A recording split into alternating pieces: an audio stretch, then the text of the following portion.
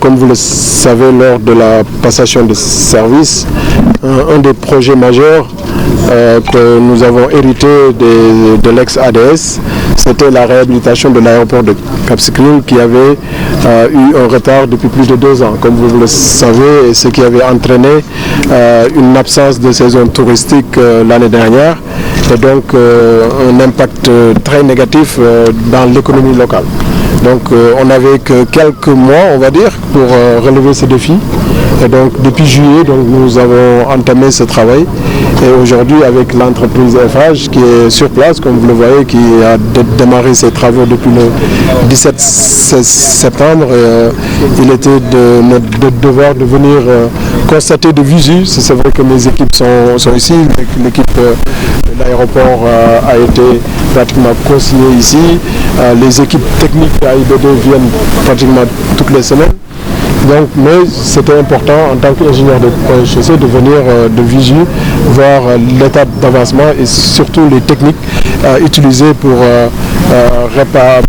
ces réparations, ces grosses réparations. Parce que c'est un projet structurant. Ce n'est que la première phase.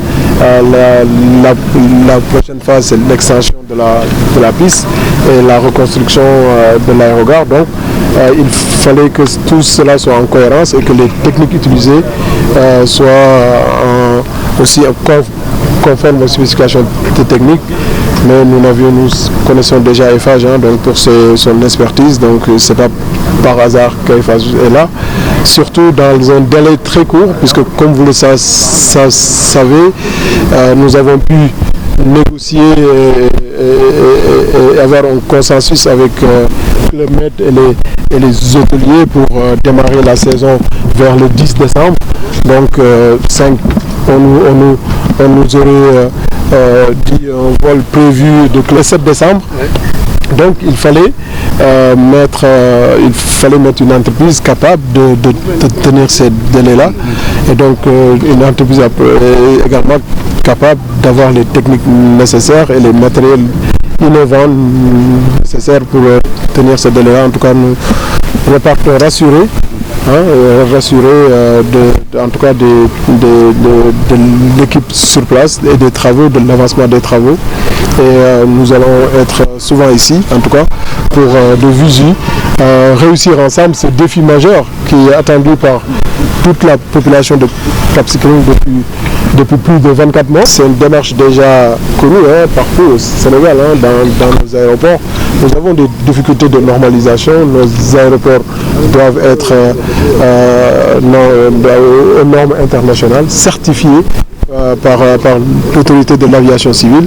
Et donc pour cela, il y a des conditions à respecter. Donc je pense que la population de la zone a bien compris les avantages de cette certification de Cap Skirring.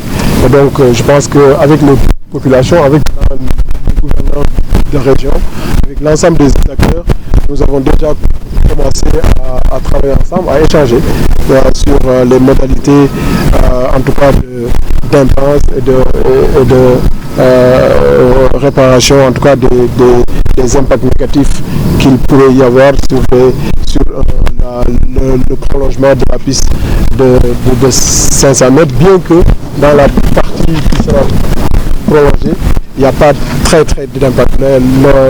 Les autres impacts, c'est une question de bande de piste. Donc il y a les bandes de piste à respecter. Nous ne sommes pas dans les normes internationales. Donc ça, je pense que nous avons des éléments de mitigation et nous parlerons aux populations pour l'intérêt, bien entendu, de ces populations et de la région, mais aussi du pays. Donc ça, aujourd'hui, c'est une piste de largeur de 30 mètres. Donc nous allons jusqu'à 45 mètres. Donc il y a déjà 15 mètres qui va être ajouté en largeur, en longueur 500 mètres. Mais donc cela veut dire que ça va déplacer d'autant plus la bande de piste. C'est ça que je disais, donc la bande de piste. Donc mais les impacts sont aujourd'hui identifiés. Et le projet a été conçu pour avoir le minimum d'impact possible.